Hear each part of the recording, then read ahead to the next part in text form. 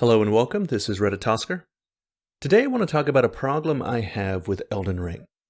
This is something that I wanted to address in a bigger video, in a full review for Elden Ring, but as I was working on that review, I realized that I had very few complaints regarding Elden Ring, and as a result my review was going to end up being mostly praise. And talking about Elden Ring in a positive light is something I have done and have continued to do on my channel since well before its release. So I felt you don't really need me to tell you what's so great about Elden Ring.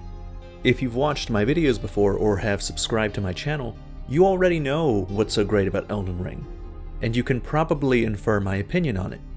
I think Elden Ring is a masterpiece. I think it's one of the best games I've played in the last 5 years. I think it'll easily get Game of the Year this year, and it will be remembered as a masterpiece even a decade from now. There's my review. You're not getting another one. But that said, in this video I want to mention at least one thing that I found suboptimal about the game. It isn't anything that sours the overall experience, but it is something I hope that they work on for the inevitable DLC. The problem I have is that Elden Ring is a Dark Souls style game, and it's also an open world game. And these two facts end up sending mixed signals to the player. So on the one hand, it's an open world, and as such, it invites the player to explore. I would argue that that's the whole point of open world games. You can go and do what you want. You're encouraged to explore. However, if you accept that invitation, if you take Elden Ring up on its offer to go explore, if you do it too much, or if you do it outside the proper order, you're unduly punished by the game. So let me give you an example in regards to the quests. First though, let me make something clear. I don't mind the quests being obscure at all. In fact, I think that's one of the things I like about Elden Ring. It's one of the things I've always liked about Dark Souls. From Software has always been very comfortable in letting you miss whole portions of the game.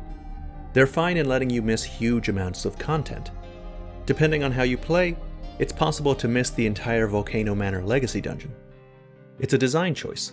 They go out of their way to make things obscure. They don't want every player to find everything the first time they play. Not only am I okay with that, it's specifically what I like about these games. I wouldn't have them change a single thing about that. And besides that, the quests themselves aren't that obscure most of the time. When you progress quests and NPCs change locations, they move to a natural place where you're going to find them later, where the game thinks you're going to find them later. Every time you progress the Hyetta questline, she moves further north on the right side of the Liurnia map. If you're exploring in a natural way, or if you're just being thorough and want to explore everything, you're going to find her. The same goes for Millicent. After she leaves Caelid, she can be found on the Erdtree Gazing Hill on the Altus Plateau. My point is that they put the NPCs in places where you're bound to find them, or you will find them if you're being thorough. Here's the problem though. That only works if you are exploring the game in a way that the game expects you to explore. If you do things outside the proper order, if you explore things outside the way that the game expects you to, then you're out of luck. You're very likely not to find those NPCs again. The way I think the game expects you to tackle things is you do all of Limgrave, so East and West Limgrave, the Weeping Peninsula, and then you go to Liurnia, and then after Liurnia you go back and do Caelid, but not the Dragon Barrow though. You definitely don't want to go to the Dragon Barrow, even though there's not a clear indication why. And then after you're done exploring Florida, you go to the Altus Plateau, and then after that, Mount Glenmere, and finally the capital. You can't really go out of order after that point. Now if you explore in that way, and limit yourself to those areas, in that order, then I would say that a thorough player is going to find most of the questlines his first time through.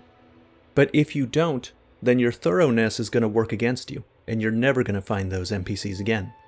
And sometimes that's through no fault of your own. Not only did the game not tell you that you should be playing this way, but even if you inferred that you should be playing this way, that doesn't mean that you're just naturally going to know what area the game expects you to tackle next. So for example, let's say you are that thorough player, and you've inferred that the game wants you to tackle things in a certain order, and you're exploring every part of the map in this area before you move on to the next area. Well, when you get past Liurnia, you have to make a decision as to where to go next. You can go to the Altus Plateau, or you can go to Caelid. Now, it's really not that obvious which direction represents a natural progression. And let's say you make the wrong choice and you go decide to explore the Altus Plateau. So you go to the Altus Plateau, you explore the whole area there except for the capital, and then you decide to go back and do Caelid. Well, okay, you go do Caelid, you start Millicent's questline, and then she leaves Caelid. At this point, there's very little chance that you're going to find her again. The reason that you find her in the first place is because she ends up in the Erdtree Gazing Hill, a place that you're very likely to stumble on your own. But if you've already explored the Altus Plateau, you don't have much of a reason to go to that specific site of grace anymore. You have no reason to go back to the Windmill Heights, which is her next location, if you've already done the Windmill Heights area. You have no reason to suspect that she would even be in the Altus Plateau in the first place. The only means you had to find her was to stumble on her through natural progression. But if you didn't take exactly the path that the game considered natural progression, you're not going to find her. In Dark Souls, this kind of thing isn't so much of a problem.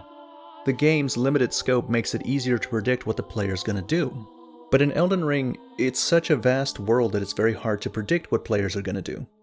And the game doesn't give you any indication what the proper order is, or the fact that you're going to get punished if you go outside of that order. In fact, just the opposite.